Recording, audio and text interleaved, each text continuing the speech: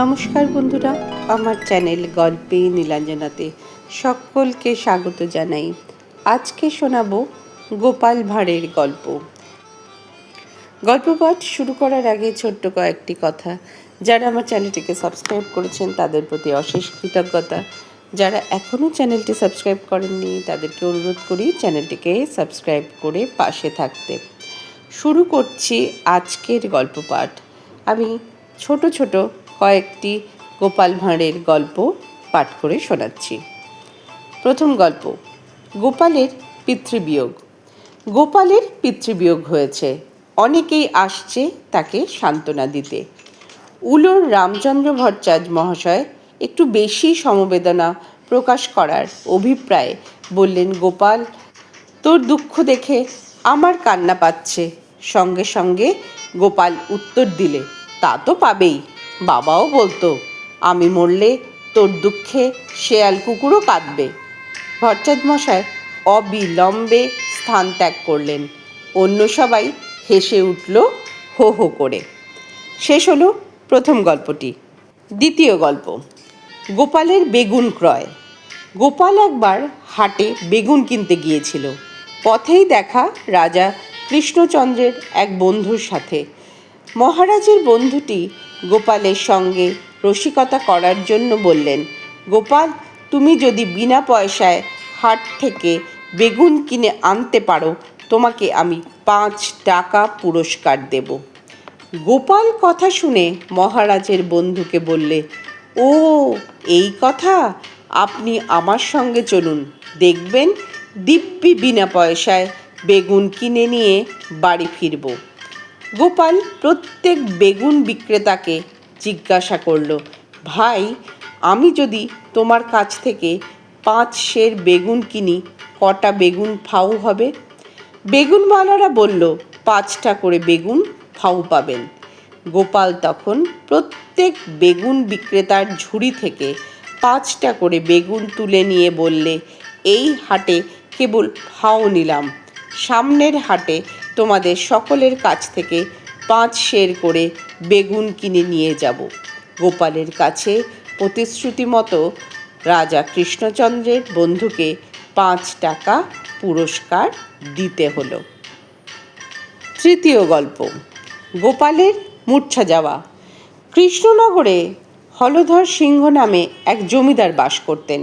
হলধর বাবু একদিন রায়বাড়ির বারান্দায় বসে গড়গড়া টানছিলেন। রায়বাড়ির সামনে দিয়ে গোপাল ভাঁড় যেতেই সিংহমশাই হাঁক ছাড়লেন, ওহে গোপাল, শুনে যাও। গোপাল সেই হাঁক শুনেই অচেতন হয়ে ধপাস করে পড়ে গেল। সিংহমশাই গোপালের এই আকস্মিক সংজ্ঞাহীনতা ও পতনের ফলে তাজ্জব বনে গেলেন। লোকজন ডেকে ধরাধরি করে গোপালকে বারান্দায় তোলা হলো। চোখে মুখে জল ছিটানো হলো, পাখার বাতাস করা হলো। কিছুক্ষণ পরে গোপাল পিটপিট করে এদিক ওদিক তাকাতে লাগলো। সিংহমশাই গোপালকে তাকাতে দেখে জিজ্ঞাসা করলেন, ওহে গোপাল, এখন ভালো বোধ করছো তো? হঠাৎ তোমার কি হলো বলো তো? তোমার মৃগী রোগ আছে নাকি? গোপাল বলল, আজ্ঞে না, আমার কোনো রোগ নেই। তবে এরকম অজ্ঞান হয়ে পড়ে গেলে আমি তো ভাবলাম তোমার মৃগী রোগ আছে। গোপাল কাতর স্বরে বলল, আমার মৃগী রোগ নেই। ব্যাপারটা কি জানেন? ছোটবেলা থেকেই শুনে আসছি সিংহের ডাকে পুরুষের পুরুষত্বহানি ঘটে। আমি পথ দিয়ে যাচ্ছিলাম, আপনি হাঁক ছেড়ে ডাকলেন। তক্ষুনি ভাবলাম এই ডাকের ফলে যদি আমার পুরুষত্বহানি ঘটে, সেই ভয়েই আমি অজ্ঞান হয়ে পড়ে যাই। তা হুজুর, কিছু অপরাধ করলে নিজ গুণে ক্ষমা করে দেবেন। গোপালের ভাঁড়ামিপূর্ণ কথা শুনে সিংহবাবু খুশি হয়ে তাকে পুরস্কার দিয়ে বিদায় করলেন। চতুর্থ গল্প, গোপালের প্রতিশোধ। গোপালের কিছু টাকা দেনা ছিল এক মুদির কাছে। বারবার তাগাদা করে টাকা আদায় করতে না পেরে মুদি মহারাজ কৃষ্ণচন্দ্রের কাছে দ্বিগুণ টাকার দাবি করে আবেদন জানালো। পরদিন রাজসভায় মহারাজ গোপালকে জিজ্ঞাসা করাতে বললে, এত টাকা তো নয় হুজুর, মাত্র কয়েকটা টাকা। এখন আমার অসুবিধা আছে, পরে শোধ করে দেব। তা কত টাকা দাবি করেছে? মহারাজ বললেন, 10 টাকা। গোপাল কিছু বলছে না দেখে মহারাজ বললেন, গোপাল, তুমি কিস্তিবন্দি করে বরং টাকাটা শোধ করে দাও। গোপাল মাথা নিচু করে বলল, আমার কোনো আপত্তি নেই মহারাজ, আপনার আদেশ মাথা পেতে নিলাম, কিন্তু এত টাকা তো মুদির পাওয়ার কথা নয়। মহারাজ ভাবলেন, নিশ্চয়ই কিছু গোলমাল আছে। তিনি তখনই মুদিকে হিসাব দেখাতে বললেন। হিসাব পরীক্ষা করে দেখা গেল 10 টাকাই পাওনা। মহারাজ বললেন, এই তো গোপাল, তোমার হিসাব তো ঠিকই আছে, মুদি তো মিথ্যে কথা বলেনি। গোপাল কোনো কথা না বলে মনোযোগ দিয়ে হিসাব দেখে বললেন, মহারাজ, মুদি কত বড় জোচ্চোর দেখুন, যে কদিন অড়হর ডাল নিয়েছি সেই কদিনই মুদি আমার নামে ঘি লিখে রেখেছে, অথচ আমি ঘি খাই না অড়হর ডালে। মুদি তাড়াতাড়ি বলল, হুজুর, ঘি ছাড়া কি অড়হর ডাল খাওয়া যায়? কৃষ্ণচন্দ্র রাজা বুদ্ধিমান লোক, তিনি মুদির কথায় বিশ্বাস করলেন। তিনি 10 টাকা দেনাই সাব্যস্ত করলেন। গোপাল আর কি করবে, অনেক কষ্টে মুদির 10 টাকা দেনা শোধ করল, কিন্তু প্রতিশোধ নেওয়ার সুযোগ খুঁজতে লাগলো। হঠাৎ সুযোগ এসে গেল। সে বছর গোপালের ভালো আখ হয়েছিল। গোপাল কিছু গুড় তৈরি করিয়ে তারপর এদিন কথায় কথায় মুদিকে বলল, ভাই, একজন কিছু আখের গুড় সস্তায় বিক্রি করবে, তুমি নেবে? সস্তায় গুড়ের কথা শুনে মুদির লোভ হলো। সে রাজি হয়ে গেল এবং গোপালের হাতে নগদ টাকা দিয়ে কয়েক টিন গুড় কিনে দোকানে এনে মুদি দেখল, কোথায় গুড়, টিনের উপরে সামান্য কিছু গুড়, তারপর বালি ভর্তি। সে তাড়াতাড়ি গোপালের বাড়িতে গিয়ে গোপালকে সব কথা জানিয়ে তাকে কড়া কড়া কথা বলতে লাগলো। গোপাল হাসতে হাসতে বলল, আহা, রাগ করছো কেন ভাই? অড়হর ডাল বেচলেই যেমন ঘি বিক্রি করতে হয়, সেই রকম বালি ছাড়া আমি গুড় বিক্রি করি না। মুদি গোপালের কথা বুঝতে পারল, আর সেদিন থেকে সে ভালো হয়ে গেল। 5 নম্বর গল্প, গোপালের ভাইপো। গোপালের এক ভাইপো ছিল, তার নাম গাবু। গোপালের মতোই শেয়ানা। মহারাজ কৃষ্ণচন্দ্রের দয়ায় গোপাল পাকা বাড়ি তুলেছিল, কিন্তু তার ভাইপোর পক্ষে তখনও পাকা বাড়ি তোলা সম্ভব হয়নি। কুঁড়ে ঘরেই সে বাস করত। গোপাল একদিন ছাদে দাঁড়িয়ে মনের সুখে গড়গড়া টানতে টানতে তার ভাইপোকে ডাক দিয়ে বলল, ওরে গাবু, এই অসময়ে বাড়ির ভেতরে বসে কি করছিস রে? গোপালের ভাইপো গাবু বাড়ির ভেতরেই ছিল। গোপালের ডাক শুনতে পেয়েও সেদিন সে বাড়ির বাইরে বেরোয়নি বা গোপালের ডাকে সাড়া দেয়নি, কারণ বুঝতে পেরেছিল যে তার কাকা তাকে সহসা ডাকে না। নতুন পাকা বাড়ির প্রতি দৃষ্টি আকর্ষণ করার জন্য এখন ডাকাডাকি করছে। এই ঘটনার প্রায় 1.5 বছর পরে গোপালের ভাইপোর চেষ্টায় পাকা বাড়ি তৈরি হলো। তার নতুন পাকা বাড়ির ছাদে দাঁড়িয়ে সে গোপালকে ডেকে বলল, ও গোপাল, কাকা 1.5 বছর আগে ছাদে দাঁড়িয়ে আমায় কি যেন বলেছিলে? গোপাল সেদিন বুঝতে পারলে যে তার ভাইপোটি বোকা নয়, তার মতোই শেয়ানা, নইলে 1.5 বছর পরে কেউ আবার সাড়া দেয়? পরের গল্প, লেবু চোর কে? গোপালকে নিয়ে বেশ কিছুদিন ধরে গোপালের কাছে ঘ্যান ঘ্যান করছে, কতদিন মেয়ে জামাই আসেনি, লক্ষ্মীটি ওদের বাড়ি নিয়ে এসো। গোপাল বলে, জামাই এলে তো খরচ বাড়বে, তোমাকে তো টাকা রোজগার করতে হয় না, কত ধানে কত চাল বুঝবে কি করে? গোপালের স্ত্রী বলে, তোমার মতো হাড় কিপটে লোক সারা কেষ্টনগরে বোধহয় আর একটিও নেই। এবার থেকে তোমায় দেখলে লোকে ছুটে পালাবে, হাড়ি ফাটার ভয়ে তোমার নাম পর্যন্ত মুখে আনবে না। অতঃপর গোপালের স্ত্রী ভেউ ভেউ করে কাঁদতে আরম্ভ করে।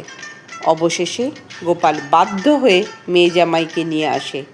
গৃহিণীর মলিন মুখে হাসি ফুটে ওঠে। 1 মাস কেটে গেল, জামাই যাবার নাম করে না।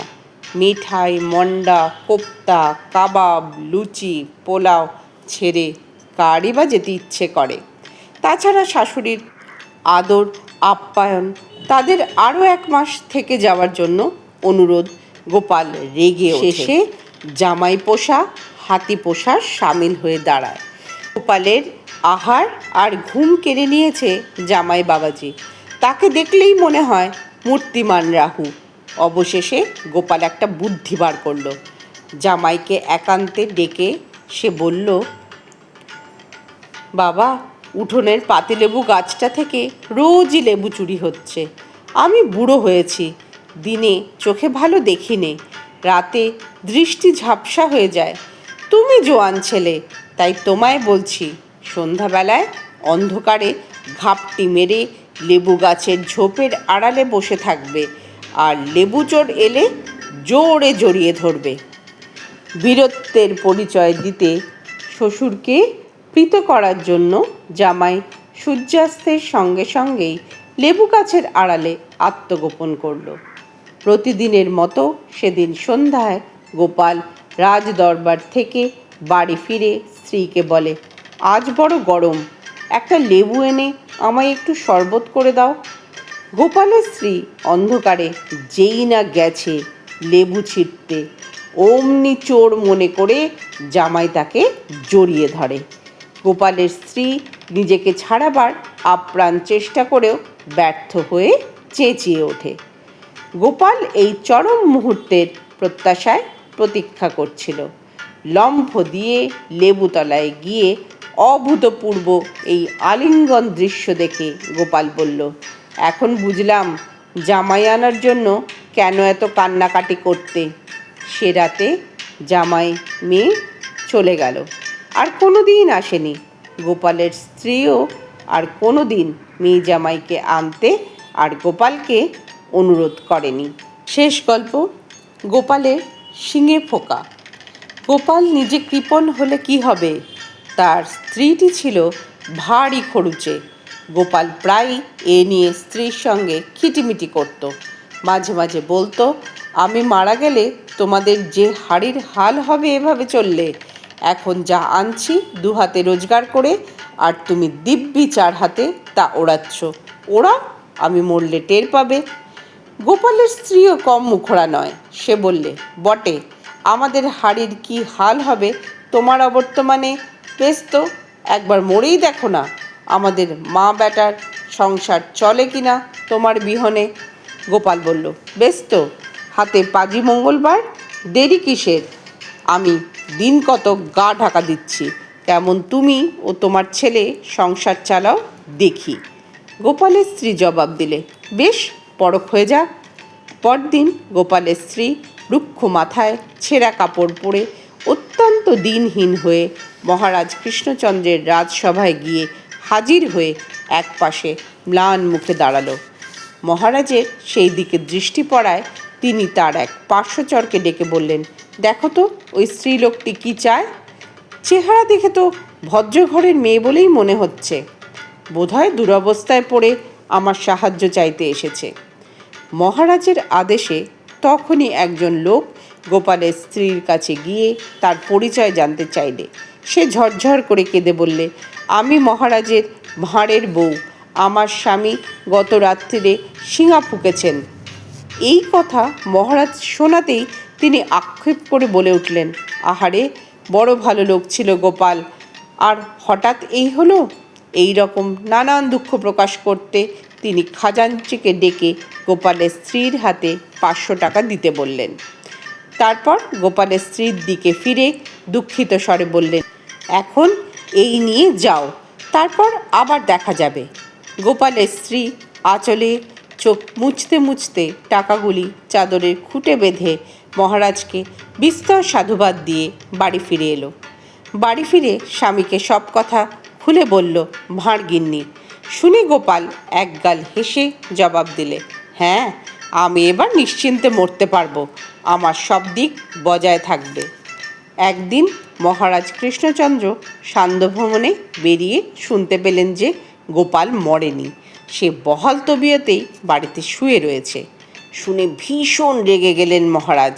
তিনি বললেন, গোপালের বংশটাই যেন প্রতারকের বংশ, যার যেমন ইচ্ছে সে তখন তেমনভাবে টাকাগুলো বার করে নিচ্ছে প্রতারণা করে। সেদিন ছেলে এসে বললে বাবা কেষ্ট পেয়েছেন, টাকা চাই। কাল স্ত্রী এসে বললেন আমার স্বামী শিঙা ফুঁকছেন, টাকা চাই। আর গোপাল তো হরদমই ঠকিয়ে টাকা নিচ্ছে। আচ্ছা, আমার নাম কৃষ্ণচন্দ্র, দেখি ভাঁড়ের বউ কেমন করে স্বামী আর ছেলে নিয়ে সংসার করে, দুজনকেই আমি শুলে চাপাবো। গোপাল দূর থেকে মহারাজকে সদল বলে তারই বাড়ির দিকে ক্ষুদ্র পদক্ষেপে আসতে দেখে তাড়াতাড়ি একটা শিঙা নিয়ে বাজাতে শুরু করলো। শিঙার আওয়াজে পাড়ার লোক জড়ো হয়ে গেল। মহারাজ কাছে এসে হাতে ছড়ি দিয়ে গোপালের পাঁজরে একটা খোঁচা মেরে বললেন, বলি এটা কি হচ্ছে শুনি? গোপাল মহারাজকে দেখে অভিবাদন করে একগাল হেসে বললে, আগে শিঙা ফুঁকছি। মহারাজ বললেন, সিংগাই ফোক আর যাই কর, এখন তোমার শ্রাদ্ধটা যাতে ভালো রকম করে হয় তারই ব্যবস্থা করে যাব। গোপাল বললে, মহারাজ আর আমি ভয় করি না, এখন বুঝেছি আমি যদি মারা যাই আমার সংসার অচল হয়ে পড়বে না আমার বিহনে।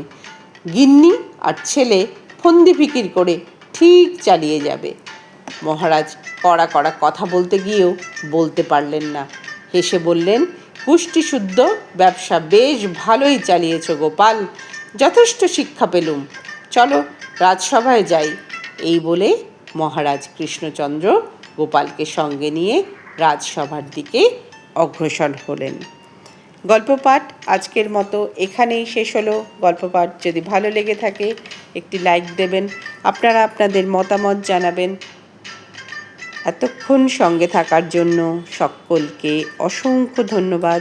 সকলে খুব ভালো থাকবেন।